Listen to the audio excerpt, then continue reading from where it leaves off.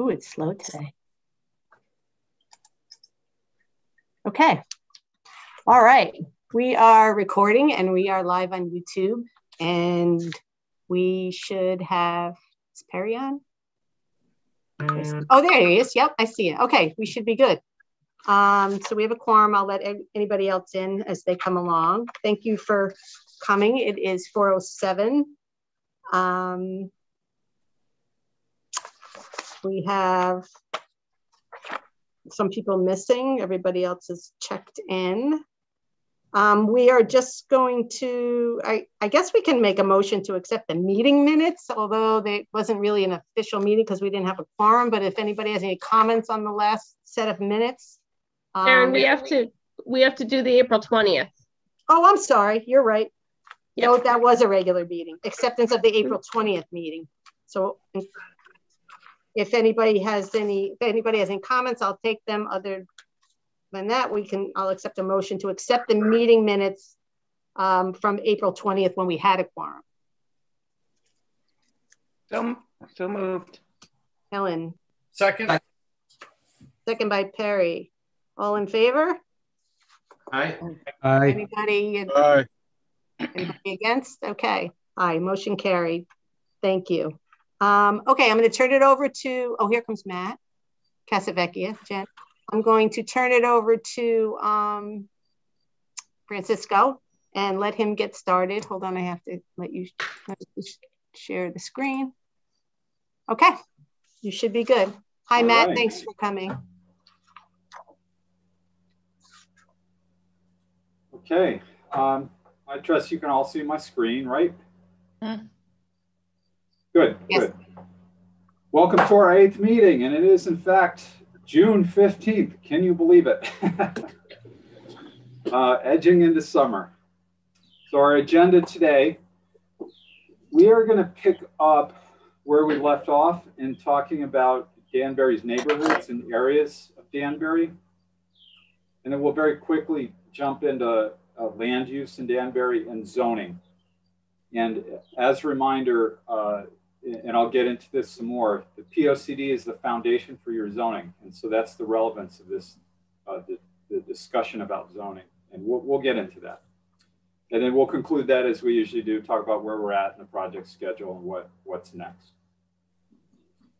So going back to this map, I hope this all looks familiar to you. We haven't had any changes since we last showed this to you. We've carved up the city into some areas, and that helps us in the plan reference different needs in different geographic areas of the city. And this is related to geography and landscape and land use. And your phone's ringing, Fred. So we have campus areas, and that includes Western Connecticut, the hospital campus. We consider that a campus. FCI Danbury is a campus. So we have those different campuses. The downtown area, of course, the central residential area around the downtown, commercial areas in different parts of the city. And the P&D area, that includes the Summit, formerly the Matrix property in the western corner of the city. And of course, various residential areas throughout most of the city, which really comprises most of your land area. And what we'll do today is we're going to take a closer look at each one of those areas, just so that we're all on the same page. Now, I know you're all Danbury residents or locals, and some of you lifelong, so you know the city quite well. But I think this is a useful exercise just to make sure we're all, when we talk about residential or commercial or industrial and what it looks like, that we all have a clear understanding of what we're talking about. And it affords us an opportunity to really appreciate how dramatically the landscape changes across Danbury in different areas of the city. All right, so we're going to start out, I'll go back. We're going to start out at the top right corner, and we'll work our way counterclockwise, more or less, around the city. So in the Northeast residential area, and some of these are aerial images from Google Earth. Some of these are turned just to fit on the screen. So in this case, north, you can see the north arrow is to the left. Here we're looking at, most of this is comprised of the Sterling Woods development, if you want to call it that, or neighborhood. And for those of you that are familiar with it, it's townhouses or condos and some cluster houses and different generations of it. And then to the left of the screen, we have a mobile home neighborhood, and it's one of two, I believe, at the very least in Danbury. And then at the bottom of the screen, which would be to the west, we get into, you see just a little bit of your more traditional suburban single family neighborhood development. And of course, surrounded around all of this is lots of open space. These are wooded areas, some wetland areas as well. And Danbury has a lot of areas like this that they're transitional in their land uses, with single family neighborhoods butting up against these condominium or cluster type developments that are private roads with some more of pockets of more affordable housing, such as the mobile home neighborhood or park here. So this is not uncommon, but at the same time, this is not most of what comprises Danbury. We'll see that in a moment. So once again, some street views on the street. We see that spectrum: mobile homes, townhouses, single family homes, in just that little corner of the city. As we work our way towards the west, and here we're just below and to the west of Westlake Reservoir, we see a development pattern that's far more common of Danbury. And there's really no need to put street names on this, because this is the type of pattern that we see that comprises really most of your residential land area in Danbury. And that is medium-sized lot, single-family homes, post-World War II generation of housing. If we didn't have Westlake Reservoir there, it might be hard to tell in which part of the city you're in, because there are a lot of areas that are similar to this. And typical house on one of the roads in this part of the city.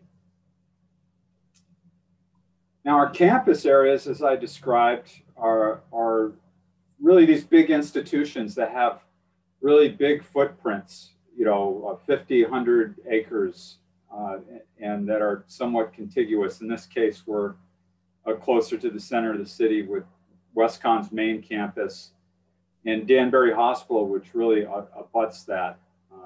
Also next to Danbury Hospital, I think that's a middle school you have there. For a city your size, you don't have a tremendous share of campuses. By example, you don't have other really large institutions outside of WestConn, Danbury Hospital, and FCI Danbury. You don't have any big corporate campuses anymore. The Matrix property is kind of an anomaly, or the Summit now is kind of an anomaly, and we'll talk about that. You are really a city that is like a big town, and of course you've grown into a city from a smaller town, and so that's the type of development pattern that we really see. And some views on the street, and these are really nice campuses, and the grounds of which it's very walkable in this area from here, from either of these campuses to the downtown. It's all very walkable. Now, I mentioned the Summit, and so this is the one part of town that it's kind of unique, and it is zoned for a planned neighborhood development. And we'll talk a little bit more about what that zone is in a few slides.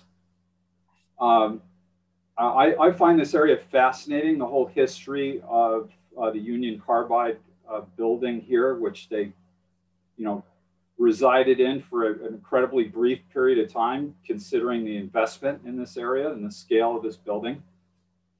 And then even the development that's occurring around it right now. So it's my understanding that the building is Sharon, what, like 1 million square feet or something? Is that right? Yeah, 1.2 with 800,000 square foot garage. Right, right.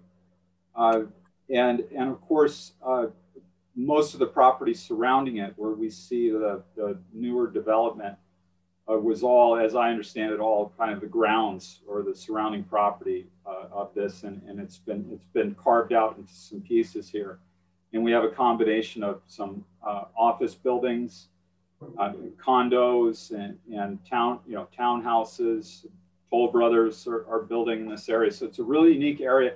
And it's probably the area where you're seeing the most development activity in town. And a typical example, this image was taken maybe last year, and Toll Brothers development. These are really, really big projects, big investments in the city that are bringing a decent share of units online, residential units. And as we continue a little further south, we have another area that's really interesting, which is what we're calling your Western commercial area. That includes the mall, of course, at the top of the screen, and Danbury Airport. Route 7 is going north-south there towards the right.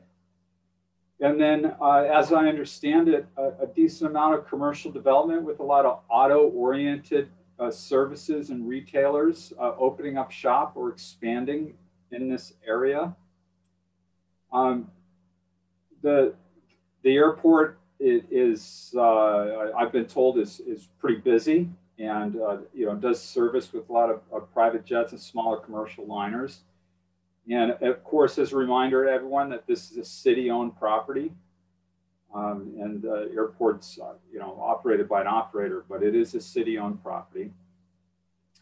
And really, the big question here is for the mall is, and for all malls, and this isn't unique to Danbury's, is really what's the future of this property, right? Some malls are beginning to open up for redevelopment to incorporate housing onto the site.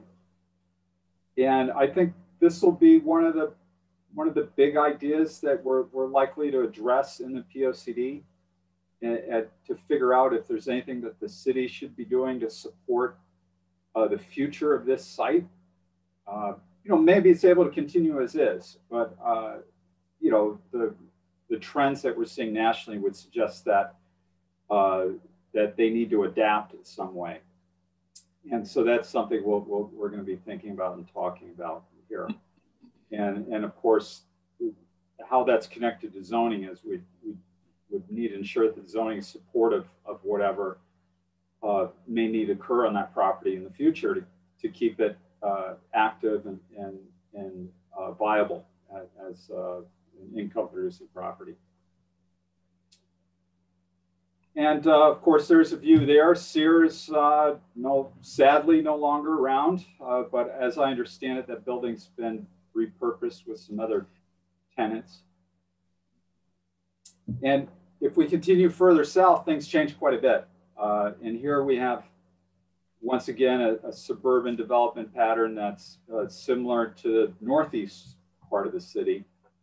And just to orient you, Old Musket Lane and Spruce Mountain Road, but really the pattern is very similar through here, and single family homes, medium-sized lot, half acre or so. And as we go further south towards the lake, and how's that produced? Is it pronounced? Is it Wabika or Wabika? Wabika. You got it right. Yeah. These are older homes that started out as kind of lakefront cottages and cabins and this is now, of course, a year-round neighborhood. As we get into the more southern part of town, this is really your most rural part of town. And while this little neighborhood is fairly dense because of its history, when you take a look at this entire part of town, there's a lot of open space in the city. We'll see that housing overall is not very dense at all. And much of it is aligned along just a handful of roadways with this neighborhood cluster being one of the exceptions. And so a very rural feel in this area, a lot of topography as well. And as we move north, and here we're close to the downtown, just north of it, and the central residential area is the donut around the center of the downtown. And of course, you know, you have development, you know, fairly recent, a few years now, I guess, with Kennedy Flats, but, you know, reinvestment and development in the downtown in this residential area. And I think the most important thing to notice here is that you have a real mixture of housing in the central residential area. You have the older workforce housing, and this site, as I've been told, used to be a mill or a factory, you know, an industrial site. And so all the housing near it would have been housing for its workforce, you know, turn of the century or, you know, very early 20th century housing. And much of the housing still remains, and yet you could see some infill development with some townhouses or condos and Kennedy Flats, of course. And if we go to the street view, you can see that juxtaposition with Kennedy Flats in the distance and some of the older housing surrounding it. And then downtown itself, a pretty small area, really, Main Street and the immediate surrounds, and you know, some newer development, the ice rink and the parking garages, and of course we have the train station at the upper right. And we understand downtown and Main Street has been continually reinvested in, but I think as you look from the aerial, you see that there's still, well, there's a decent amount of surface parking is what I see, which suggests that there is infill opportunity downtown. And in order to leverage that opportunity, create that opportunity, you have to address the parking needs with something other than surface parking. So that points to surface garages as being part of the solution. I know you have two. You have one right in the center on the backside of Main Street, and the other one near the ice rink, near the train station.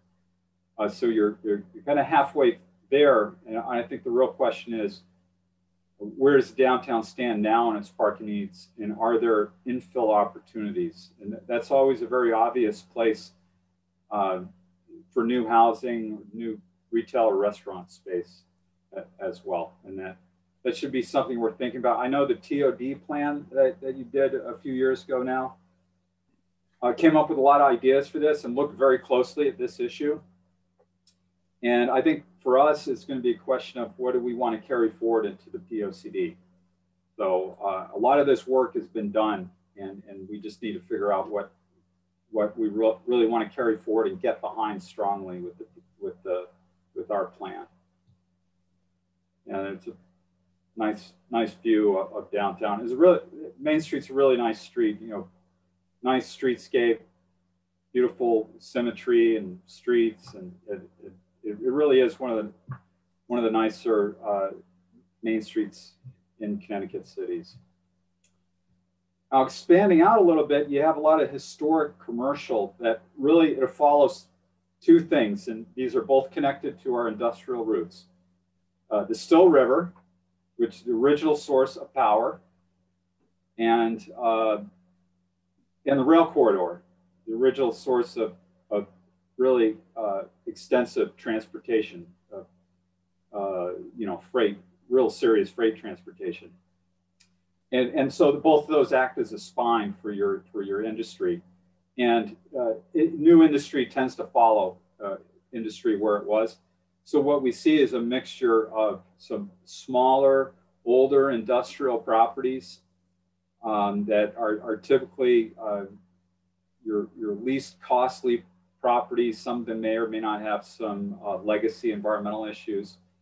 And so they're used for real small shops and contractors and auto, I think one is an auto kind of salvage yard, that sort of thing. And then newer, more modern manufacturing or wholesale and distribution facilities. And typical of that would be one of Stanley's industrial buildings in that area. And then as we push to the east, we once again see a development pattern that we started out with in the Northeast, and that is a real combination of housing types and with kind of different generations of development. And this is the Shelter Rock area.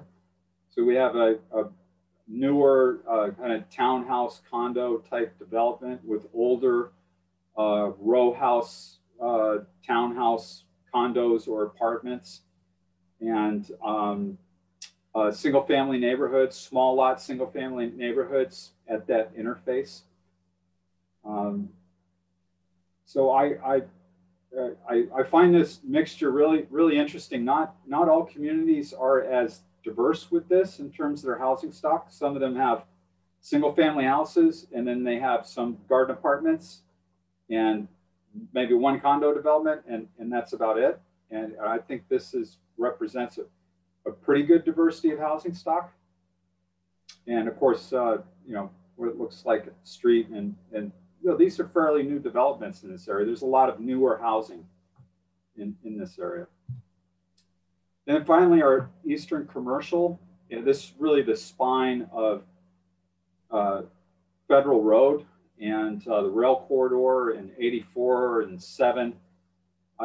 You can imagine as a retailer or a wholesaler with a distribution facility, this is exactly where you want to be. I mean, talk about access. And so we see those big box corporate retailers like Best Buy and Lowe's and Stu Leonard's, and you can see Stu Leonard's from a mile above by the candy stripe tarp they have at the entrance. So there's also a lot of auto dealers in this area, which you can kind of make out there towards the left. So you have these very strong concentrations of retail and commercial at some big scales. But as we'll take a look in the big picture, those areas actually quite limited. It's not a tremendous amount of your geography that is dedicated or available to these types of land uses. And of course, there it is, Stu Leonard's right there. All right, so I'm going to take a little break so I can have a sip of water. And I do want to open it up to any questions or comments you have about land use in Danbury. And maybe you have a comment like, where are we going with this? So I'll give you a minute to chime in.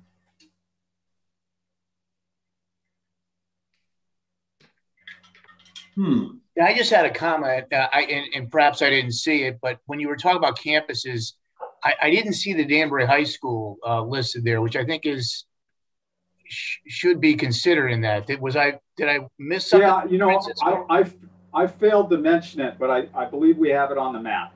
Okay, all right. Yeah, yeah, right. Thank you. Yep. Yeah, we didn't map out the middle schools or elementary schools because those are a lot smaller. But given that you have the biggest high school in the state, we did call that out. Sorry for not mentioning it.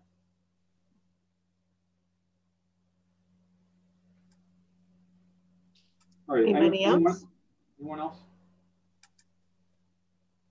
Okay. Well, let's keep going. We're going to now start to transition to zoning. But first, let's talk about why we're talking about land use and really the role of the POCD in land use planning. And basically, your POCD, and I'm sure you're fairly well aware of this. I mean, the Plan of Conservation and Development suggests that you're dealing with land use. But it really does provide the foundation for all of your land use policies and regulations, whether it be zoning or any of your environmental, like wetland regulations beyond what the state mandates, any regulations that you have for floodplains, wetlands, stormwater protection, anything beyond and outside of what the state mandates, the POCD can and should establish the foundation for.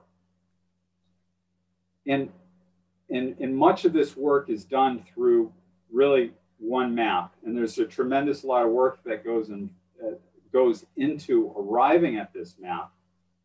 But this map really, it can be the one point of reference for those regulations and your policies. And that is what we now call the future land use map. And when you last produced this map in 2002, it was called the land development plan map. And to some extent, this map is a land use map in that it shows what you have and where it's located.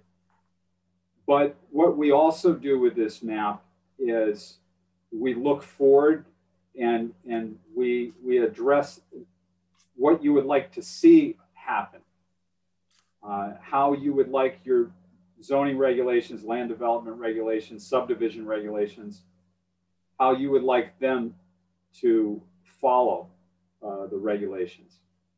And I'll use one example. The bottom left corner or the far left corner of the map is where the summit is. And in 2002, that area was zoned and was considered, even though it was really corporate headquarters, but it was the corporate headquarters initially of an industrial firm, was zoned light industrial office and transportation. And it more or less was that use for a long time. And when you updated your POCD not quite 10 years ago now, the POCD basically identified new vision for that area. And your zoning followed that by rezoning it as a planned neighborhood development, which has enabled housing to be developed there and a mixture of uses. So that begins with the POCD and with this map. So what we want to do is provide you with a new map that probably 90% of which is documenting what is there and basically recommending that what the land development patterns and the zoning that you have stay as is. But we may see opportunities for rezoning areas for different types of land uses. And that's the real work to figure out where and how best to represent that on the map. And so this is something that's required, that state requires us to do as part of the POCD, and it's incredibly valuable to the POCD. All right.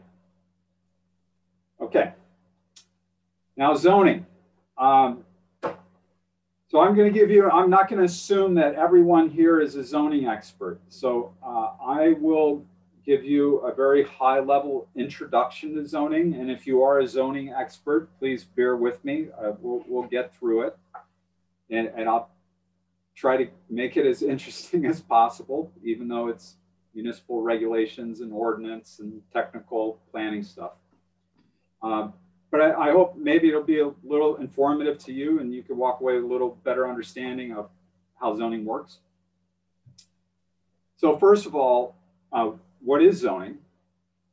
Zoning regulations are municipal ordinance, and they allow the city, enable the city, and this is both federal and state enabling legislation that gives the city this authority, to basically control the use of land by setting up a set of rules, of regulations.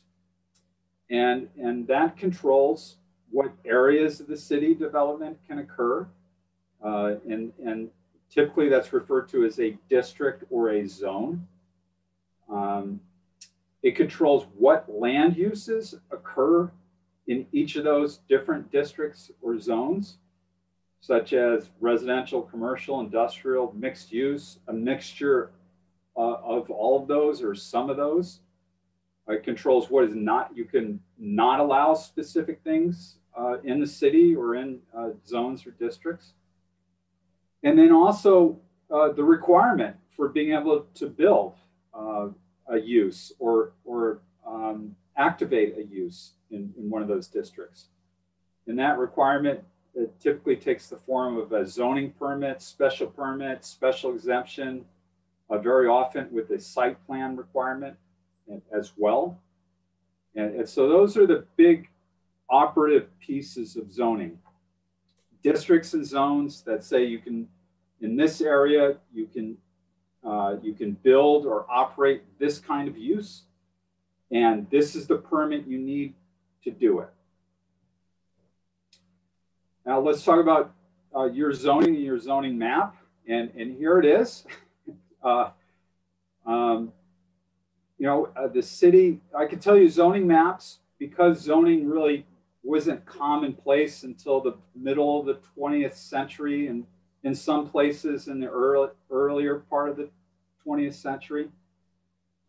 It very often followed the land uses that were already there. So these maps can be like puzzle pieces. They don't always make sense unless you understand that, oh, well, of course, that's where industrial, that's where the rail corridor was in the original industrial properties. And that's where the workforce housing is. So that makes sense. But you have 23 zoning districts, and those are grouped. You could group those in a few different classes, and I'll review those in a moment. And they're all delineated on the official zoning map. And so there's a PDF of this online, and you can also access it through the city's interactive GIS mapping viewer as well.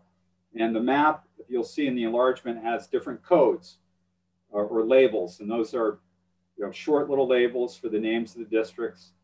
RA8 is residential 8,000 square foot lot, by example. RMF6, residential multifamily, 6,000 square foot, that sort of thing. And I'll review those with you. In addition to those 23 districts, which to distinguish those, we're going to call those base zoning districts. You have 4 overlay districts. And what an overlay district is the overlay term tries to describe exactly what it is. And you can see in our graphic that you can see through those colors. They're opaque, but you can see through them. And that's because overlay districts lay on top of your base districts. And what they do is they provide an additional set of requirements or allowances that you could do more, or maybe you have more restrictions. And they're used as an overlay because they're often really tied to a specific geographic area. In this case, the downtown and a couple of corridors like Deer Hill Avenue and Pleasant Street. And they span across different base zoning districts.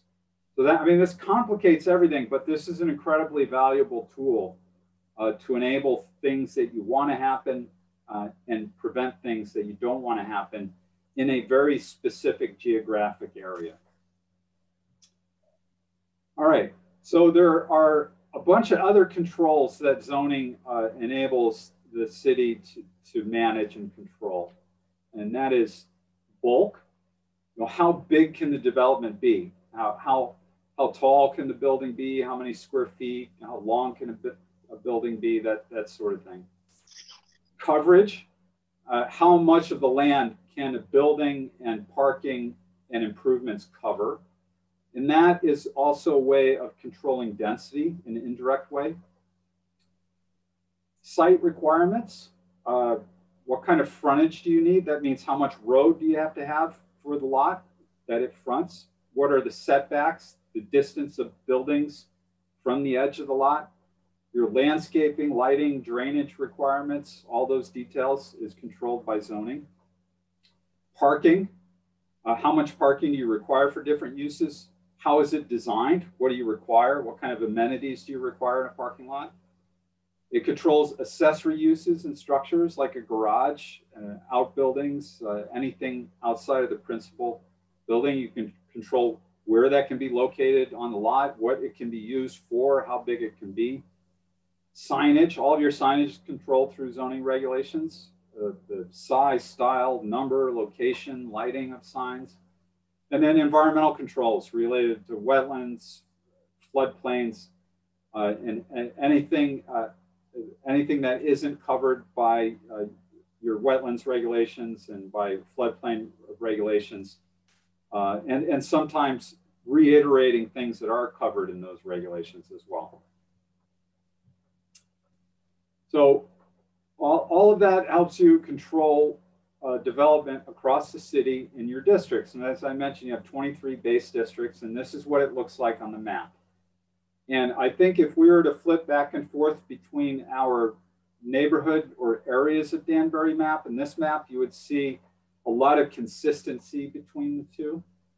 So what we see is in the the green color that occupies most of the screen, that's your single family residential area. And those zones include RA8, 20, 40, 80. The darker green is multifamily, residential office. You have, zoning's interesting. You end up with all these little anomalies because something seemed like a really good idea at a time and it fixed a problem. And then you end up with only one or two properties that it was really useful for or relevant to. And that's your residential office zone. You have just a couple of tiny properties, which is why you can't even see it on the map. Commercial, in which case we have a wide variety of commercial. I'll talk about that in a minute. Industrial, that's the purple.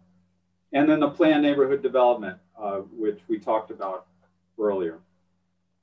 So taking a look at the share of the land, looking at the map, you can see this, but single family residential is just shy of 3/4 of your zoning districts. Now, this is not land use. This is not how that land is actually used. Much of that land is open space, but this is how it's zoned. So 72%. Multifamily zones only cover 7% of Danbury, about the same amount as commercial, which is 8%. So those aren't very big shares. Industrial land is 11%. In the planned neighborhood development in the area of the summit is only 2% of Danbury. And we'll go through those one by one, talk about what they are and what they allow. So your single family residential zones, so those numbers are placeholders for thousands of square feet, meaning in the RA8, you need a lot that is 8,000 square feet, and that is roughly 1/5 of an acre or so. An acre is 43,560 square feet, and so on. So RA80 is your biggest lot size requirement, just a little shy of 2-acre lot size. And if your lot's smaller than that, you can't build a house in that zone or district. You allow single family homes. You don't allow multifamily homes in these districts, I think with very, very few exceptions, if any. But you do have very permissive districts in Danbury. And what I mean by that is you don't exclusively allow single family residential. If you were in Weston, by example, those single family residential districts, that's it. Single family house, that is all you can build. Your districts are fairly permissive in that you allow churches, schools, parks, playgrounds, and a lot of other uses that are complementary and supportive of neighborhoods. In addition to that, you allow cluster developments, and cluster developments are single family homes. They just share a lot, so they're built very close together and they have a common lot, a kind of a condominium type arrangement with the property, even though the homes are all individually owned. And you allow those, but by special exemption. So that means not by right. So you can't just go in and get a permit the same day and go out and build it. Special exemption implies that it's a very high bar. You have to come with site plan, a lot of traffic study, a lot of environmental diligence. There's a public hearing process. And so it's a very high bar and it's a high threshold, but that development is enabled in RA 20, 40, and 80 districts. Going on to multifamily, you have 3 multifamily districts and a handful of other districts that allow basically multifamily or apartment type development, but 3 that are classified as multifamily. RMF 4, 6, and 10, and those are all related to lot size. And once again, with these districts, they're fairly permissive. They allow churches, daycare centers, schools, nursing homes, and supportive and assisted living type facilities as well in these districts. And then taking a look at your other residential and mixed use zones, you have an R3, which allows for, even though it's called a 3-family residential district, allows 1, 2, and 3 family residential uses on some very small lots, as small as, smaller than 1/10 of an acre, basically 3,750 square feet. You have a high-rise residential district, RH3, which allows for a mixture of uses, including apartment houses. And Sharon or Jennifer, help me out here. When we talk about high-rise, exactly how high? Do you know offhand? I don't know offhand. I always have to check the book. 75 feet. Yes, yeah. 75. Oh, okay. So that's like 5, 6 stories. Yeah. Okay. All right.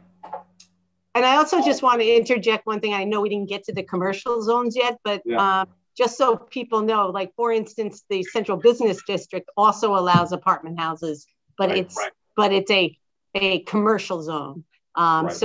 So that slide, even the circle or the pieces of the circle pie or whatever you want to call it, it's not represented there. Yeah, right, exactly. You have a couple other districts, the R10 waterfront residential recreational, that is just at the bottom of the lake, I believe, Kennewood Lake. Yep. And then the RO district residential office, which I'd mentioned earlier, which is really just a handful of tiny properties. And then your commercial zones, and a wide variety of those. General commercial, arterial commercial, which is commercial along your state routes and arterial roadways. Roadside commercial, industrial, light commercial, neighborhood commercial, central business district, campus research park. So there's a real wide variety of commercial here, and a lot of that tied to lot size as well. And then finally, your industrial districts, of which you have 2, but let me caveat that by saying some of your commercial districts allow a kind of light industrial in them as well. So there is a kind of a spectrum here from commercial into industrial, with the light industrial district being on closer to the commercial end of that. But even the light industrial district allows for development, abutting commercial and residential uses. And that's tied to the fact that these are your less intensive industrial uses. And then general industrial, which is your heaviest industrial, requires the biggest lot size, 2 acre. And so the 2 of these, make up like 11% of your land area. And they also allow less intensive uses like banks, offices, athletic facilities. But once again, these are very permissive zones that are not strictly just industrial or just single family residential.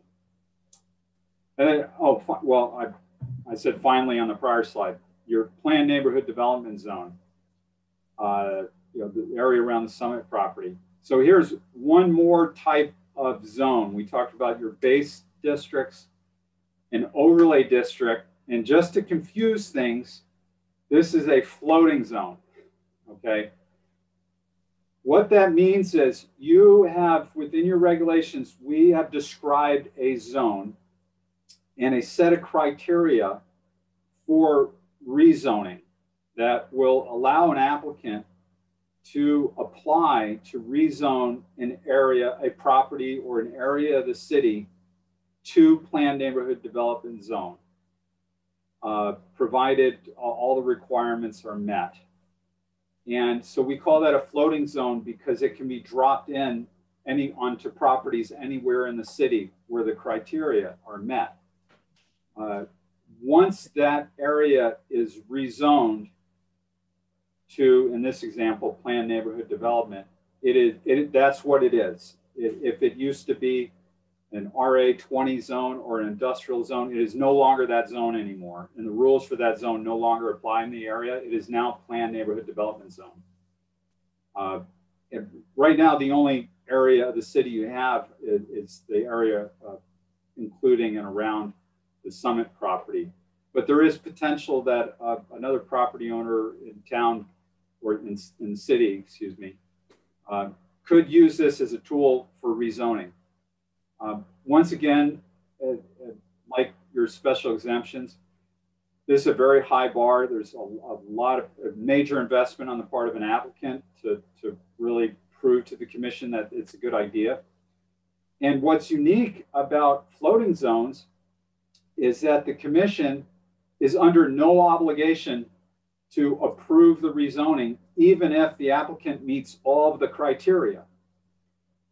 You do not have to act upon it if you don't like the property, the applicant, the proposal, whatever it may be.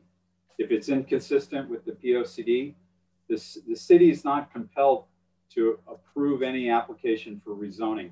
And that's really the power of this tool, is that that discretion remains with the city and with the commission. And some of the requirements of this zone is you need a minimum lot size of 100 acres. And the Summit property is exactly 100 acres. Actually, in GIS shows it as like 99.56. So yeah, they got a variance. Actually, oh, they got a variance. Okay, it was either that or they had to buy like 1/10 of an acre from somebody, right?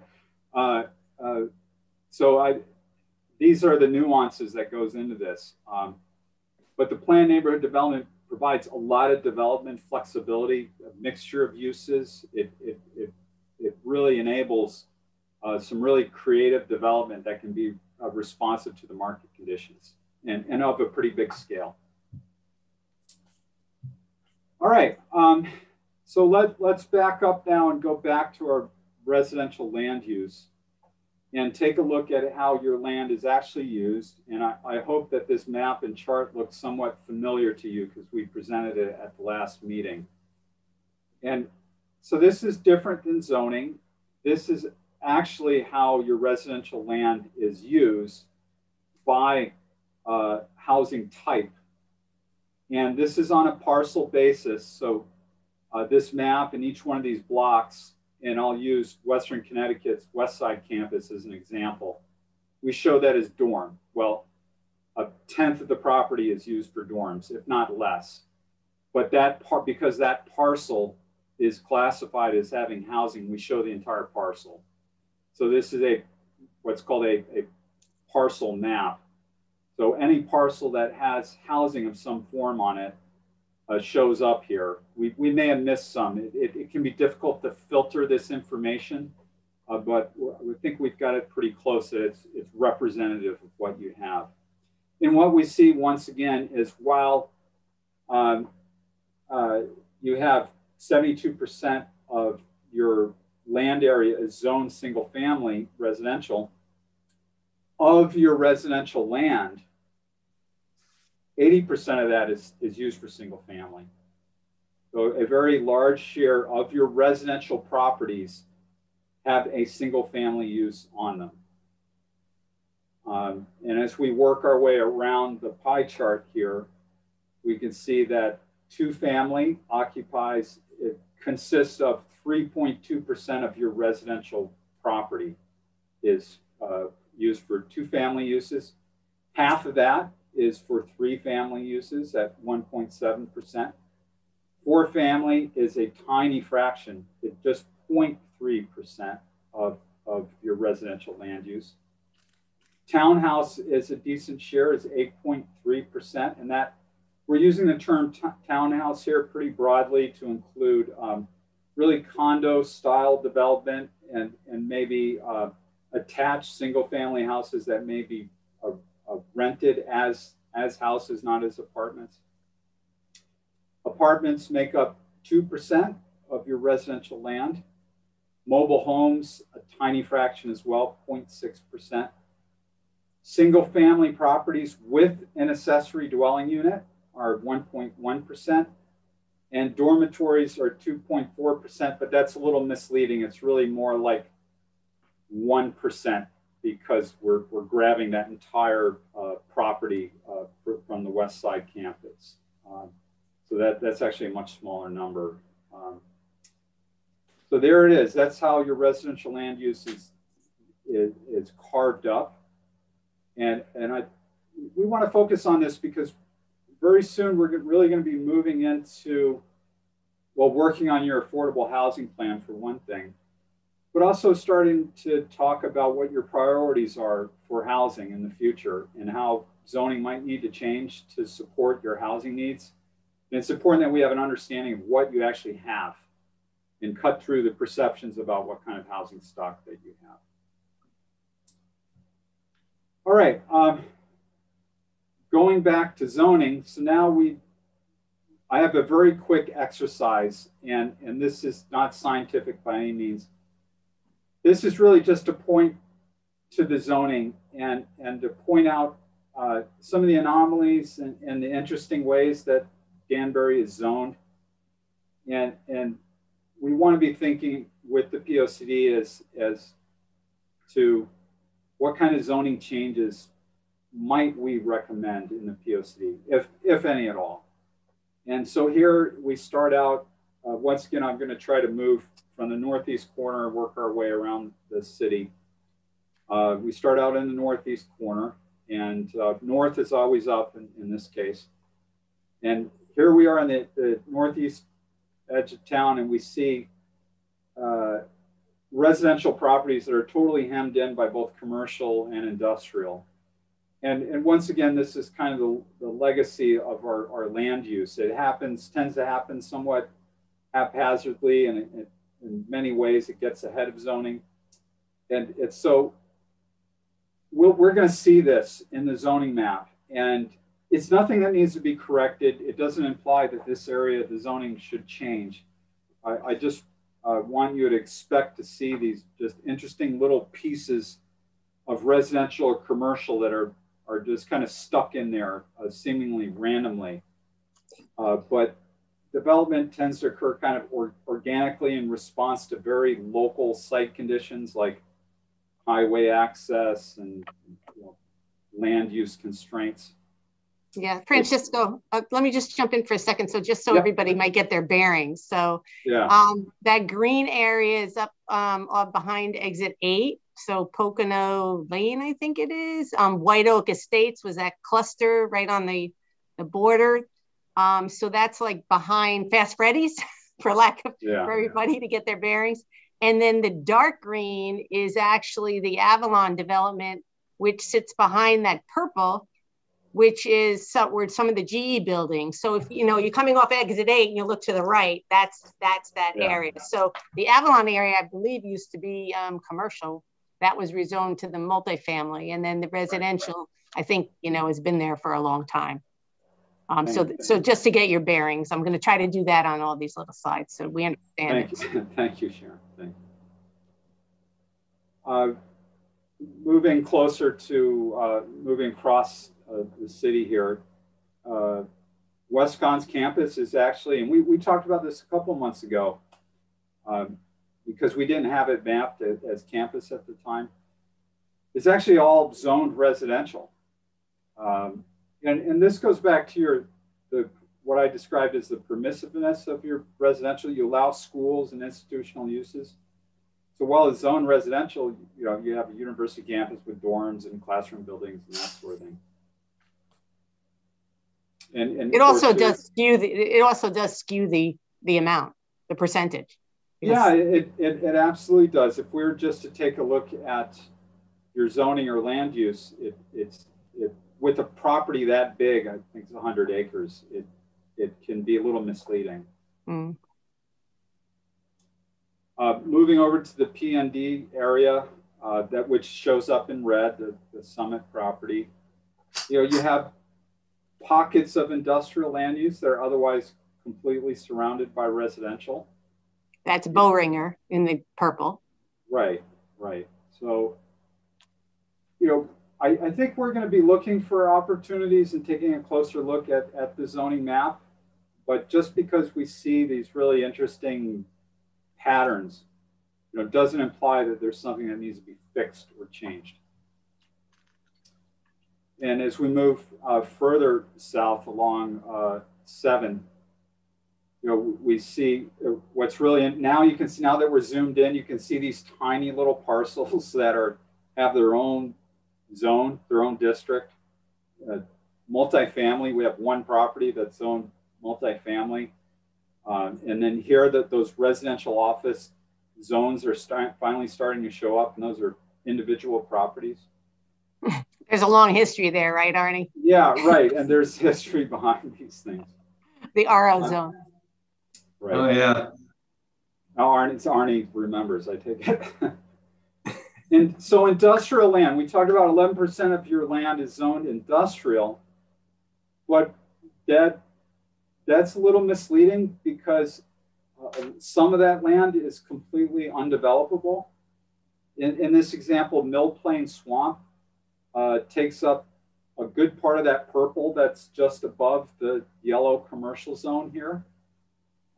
So while you have 11%, not all of it is developable. At the bottom of the screen, the bottom right-hand corner, you have a 100-acre parcel that is zoned industrial. It's a pretty steep wooded hillside. It's otherwise surrounded by residential to the south and the east. And I think here are the real opportunities. You know, should that continue to be industrially zoned? Is that property, given its size at 100 acres, is that property feasible for residential development? And should it be rezoned? So those are where the opportunities are, I think. Yeah, just to get some bearings. So that's the southern part of the Robinson property behind, well, it used to be Hughes Optical. I always forget what they're called now. And so the white line, the first white line crossing, east to west is, Worcester Heights and Myrie Brook off of that. So just to get your bearings. The Army Reserve is up there in the purple, and then off to the right of that purple is kind of where Tarrywild Lake is, and that's part of the park, Tarrywild Park. Right, thank you. Yeah, the mall in the center is the yellow. Right, is yellow, right. With the airport just below the mall, in that triangle, if you want to describe it as that. Okay, moving even further south, Route 7. All of Route 7 is along this stretch, at least, is zoned commercial, as you can see by the yellow. Most of that area is actually undeveloped. So, I think our question is that the most appropriate zoning? Not all, as I mentioned earlier, not all of that land is developable. It typically, commercial zones very often follow state highways because good access, utility infrastructure often follows highways. So it makes sense, yet that area remains undeveloped. It's probably fine as is, but these are the things we want to look at and consider. Also, you have this really interesting area on the backside of Worcester Mountain State Park that's zoned industrial, believe it or not. Although most of the land is owned by either the state or the city, presumably for conservation purposes. Once again, heavily wooded, maybe some wetlands. I just find it interesting as zoned industrial. So there are some remnants there. Chances are it doesn't really matter what it's zoned because of the ownership of the property and really the condition, the status of the property itself. But we want to be pretty thorough in our review of the zoning as we prepare the POCD. And moving further east along 84 now, and really hovering right above downtown Danbury here. You have that spine of your central commercial district, which follows Main Street, goes up along, was that 37 that it continues along? Out along Federal Road as well. And so that commercial just follows the commercial corridors into residential areas. But given the fact that you need to think of your arterial and state roadways as spines, it makes sense that the commercial follows those areas. And your campus areas are not zoned as institutional or campus. They are, once again, zoned as, for the most part, as residential areas. So that includes both Western Connecticut, Danbury Hospital are all residentially zoned. Okay, so that was quite a bit I threw at you. I'd like to open up once, like we did before, to any thoughts you have on your experience with land use in Danbury, and maybe some of the issues surrounding land use, zoning, developments, things that you've seen occur that you think are really good, the city should be more supportive of, or things that you think are really problematic with respect to land use and zoning. And it's your turn to do the work, so go ahead.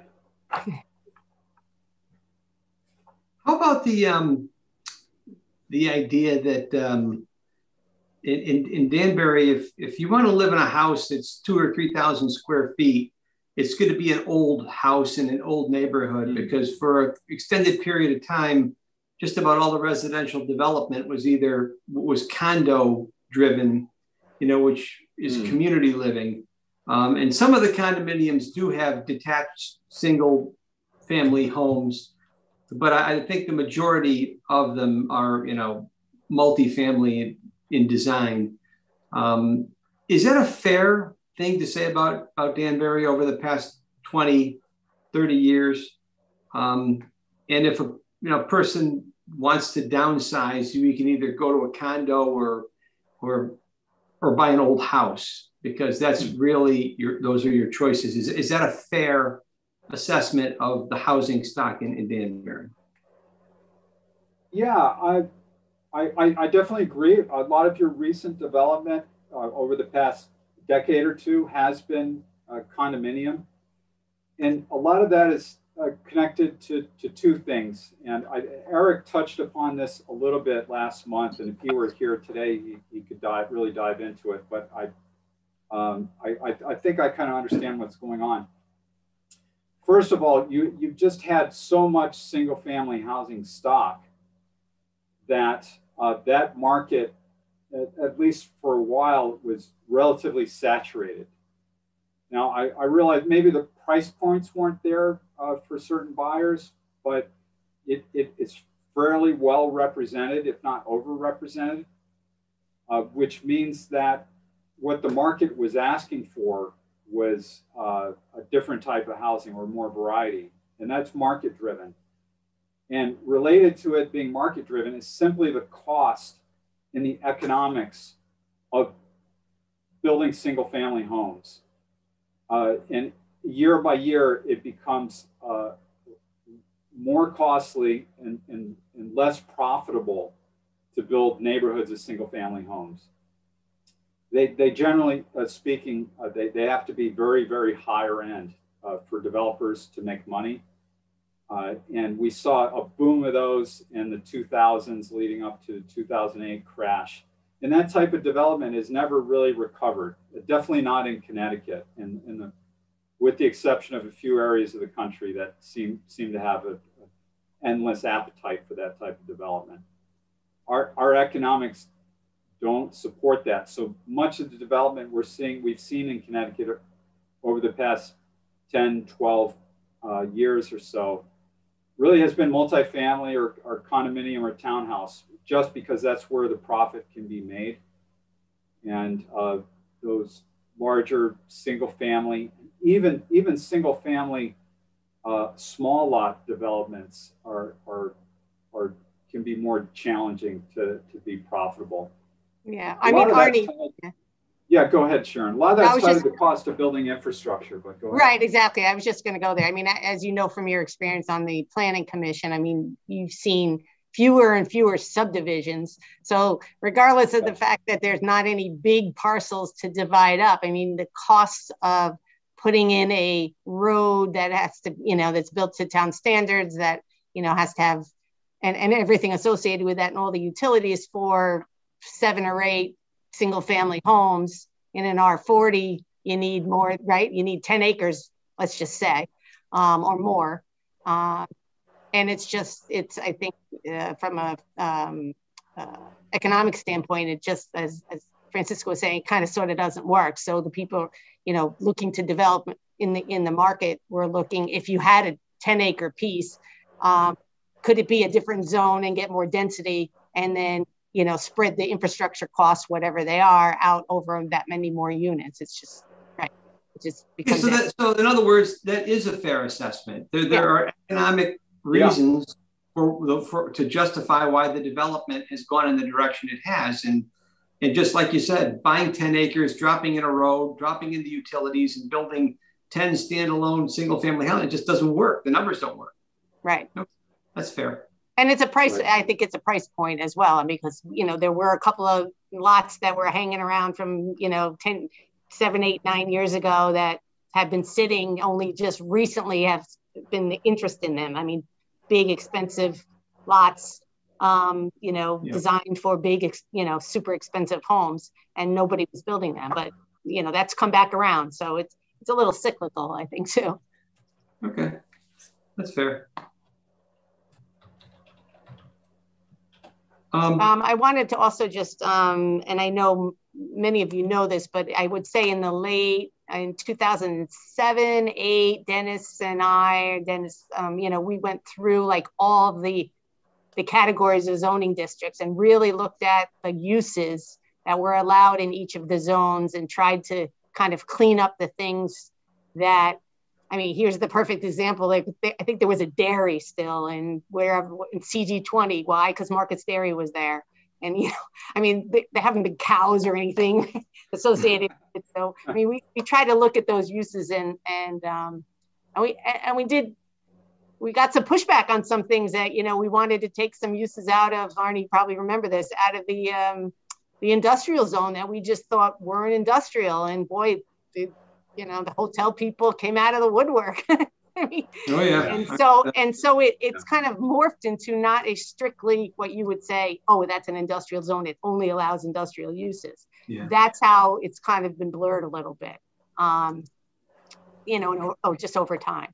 So, and again, like the central business district, I mean, you can do almost anything except for probably the industrial uses there. So you can have residential, basically high-rise residential.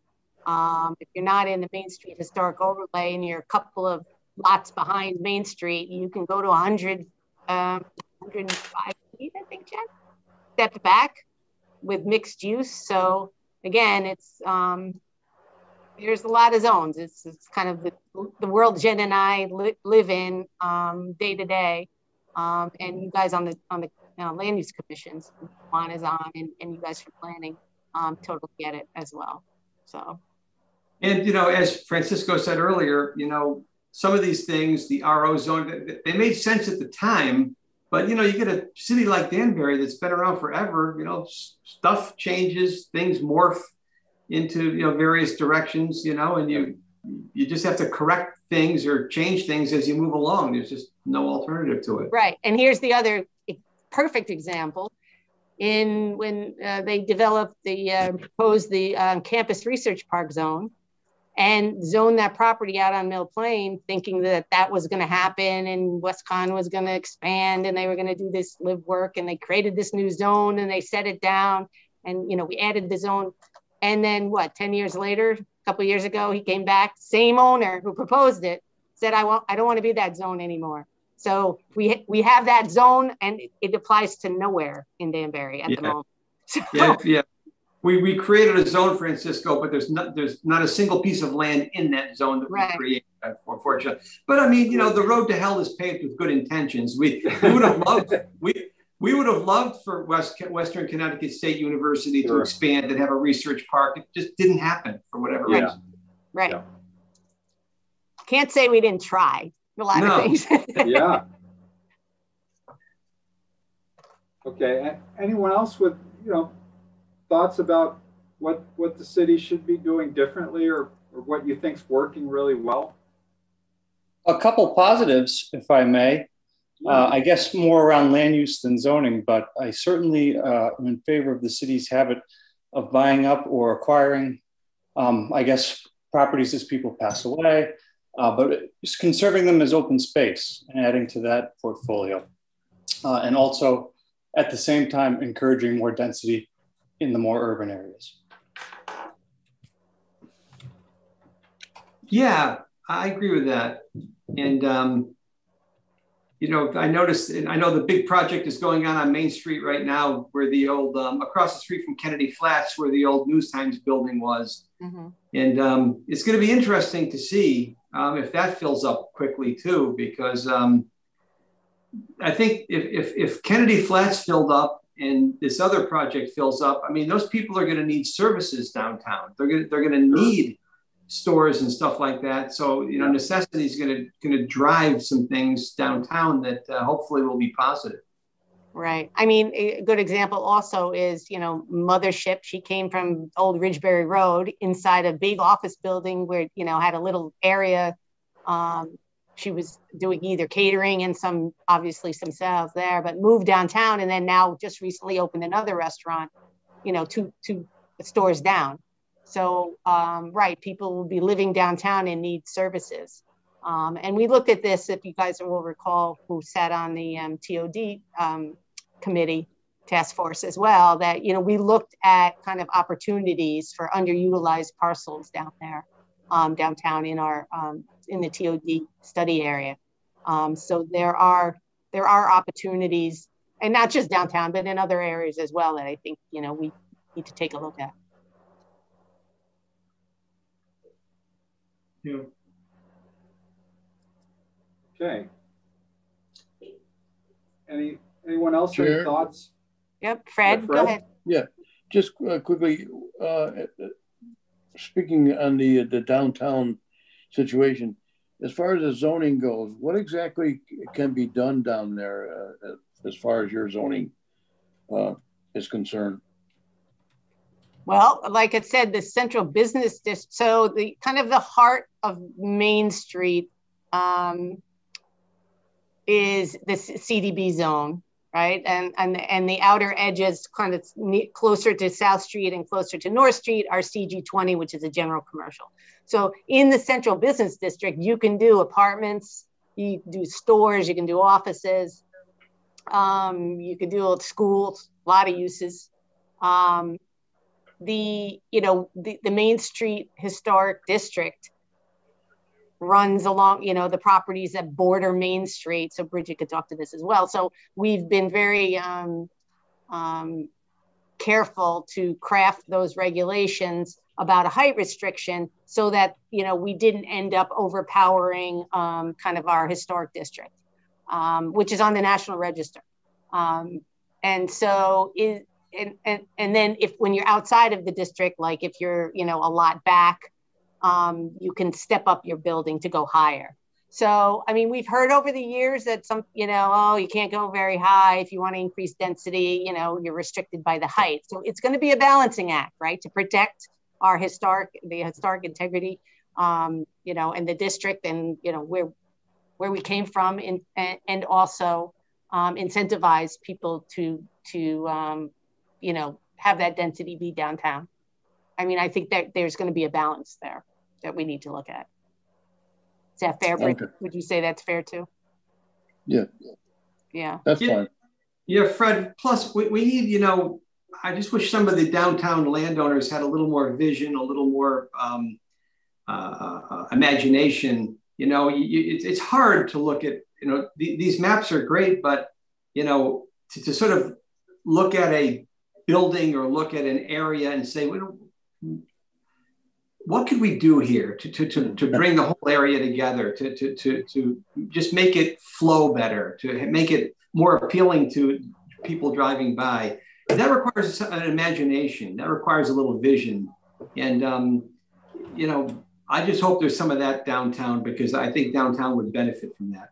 Yeah, I mean, we're continuing to invest. As you know, you supported the bond money that it's helping us do the sidewalks. I mean, our role, not just in looking at kind of how we can incentivize development and which we have done through zoning, through permitting. I mean, the DRZ zone, you know, relaxes some restrictions, kind of gives you the benefit of relaxing some of those rules if you want to build there.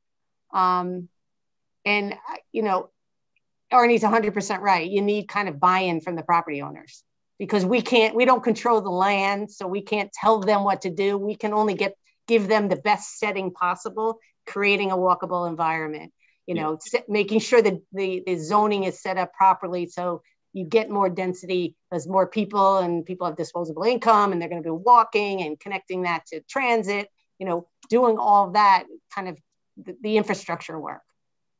It's not as pretty as putting up the building, but we don't, for the most part, own the building. We don't own the real estate.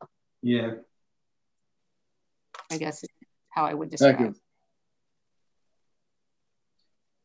I have a question, or sure, Juan, go ahead. Not an issue, but a question more. So I know that the city has acquired some properties throughout the city that have either been donated or, you know, we've bought. I know that they've so far have left it off as a open type concept, you know, maybe trails and so on. My question would be, what is the long-term plan for these properties? You know, would they be able to be, you know, converted into playing fields or playgrounds for the neighboring neighborhoods of the, you know, whatever the property might be at? Yeah, that's a good question. I think, let me make sure. Oh yeah, I'm not muted. I thought I was muted, sorry. Again, as they're accepted for, you know, from at the council level, or people donating them, or the Westman passed away and bequeathed the city all of his land. You know, for active and or passive open space, it just depends. But yeah, we're always looking for opportunities to link the open space, to create trails. I mean, again, we have not a problem, but we have a challenge relative to kind of the geography. So, you know, the bike trails, for instance, not an easy bike ride from downtown to anywhere, just because you have grade issues, right-of-way issues, things like that. So I think we should be looking for opportunities to connect spaces, open spaces, which is how Terry Weil got so big and the Ives Trail became the Ives Trail. We're trying to connect either our own and or, you know, land used the same by the state or in adjacent communities. I think that's a good thing for everybody and for the quality of life for the people who live here. I mean, I think we all love that about, you know, we're the 7th largest city, and sometimes you go out into Terrywell, you go out onto the lake, and you think you can't believe you're like in an urban city. Yeah. Sharon. Yes. The gentleman just asked, as far as like open space goes, I think we're doing pretty good. We have the Farrington property over on Mill Plain Road, which I believe very soon will be hooked into Brewster on one of the trails there. We have on Terrywell, the Norwalk Trail that's going to be, will end in Danbury at Terrywell. So I think so far we're in pretty good shape with something like that. And, you know, hopefully when we have open space, if somebody is kind enough to give it to the city, we meet, the council will meet and discuss it and, you know, take it from there. But I think if you really look around, you look at Lake Candlewood, you know, we've done quite a bit with getting open space taken care of so that a lot of people can use it one way or the other, bike riding, walking a trail, fishing, and so on. So I think we're in pretty good shape that way. Yeah, I would agree with Fred. And I agree. Well, my thing is just being part of the POCD and being this is like a 10-year plan. It's pretty good to get started on having a plan for the future. As a few meetings ago, a couple meetings back, they talked about how the population is getting younger in Danbury. So it's a good idea to start planning ahead and maybe setting some of these spaces up for, things that we as young people in the city can enjoy and use, to our advantage. Yeah, I think we'll get to that if I'm not mistaken, Francisco and Rory. I mean, when we get to kind of the open space, we'll be looking at those kinds of maps and how things connect or can connect. So we can do some kind of open space planning. I could tell you, I mean, I live near Terrywile, and boy, on a nice day, you can't get near there with the car.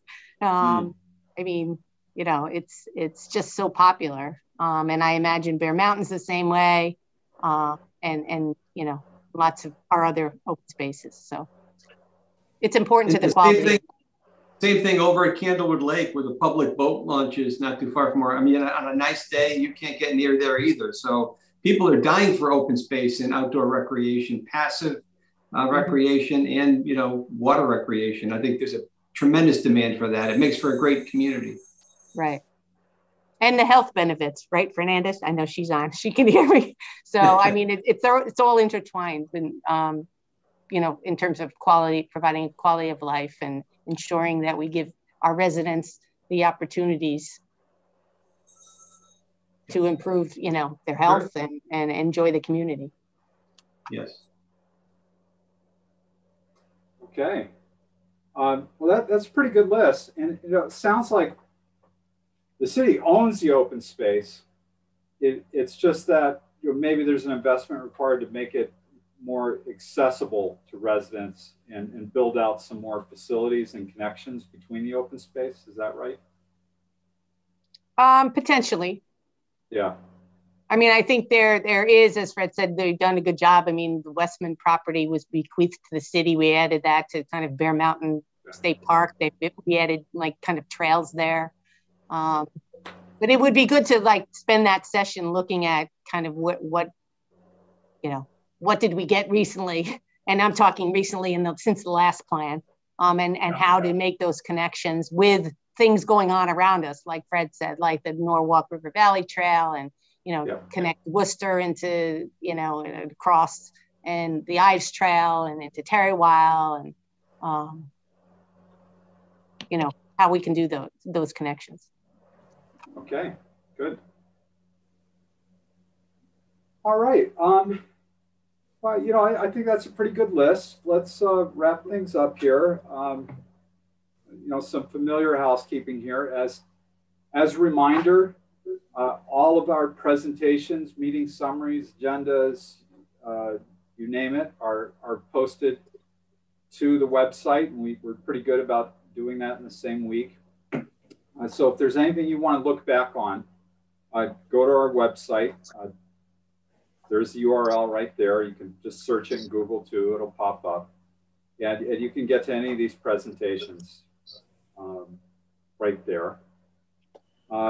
We continue, I say we, it's mostly Sharon and Jennifer doing this work, continue to populate our key stakeholder list. And we are getting ready. We're getting ready to really start outreach. And fortunately, things are trending in the right direction with respect to being able to meet with people in person and that sort of thing. So the timing is working out pretty well here, and fingers crossed things stay that way and get even better. So we have that.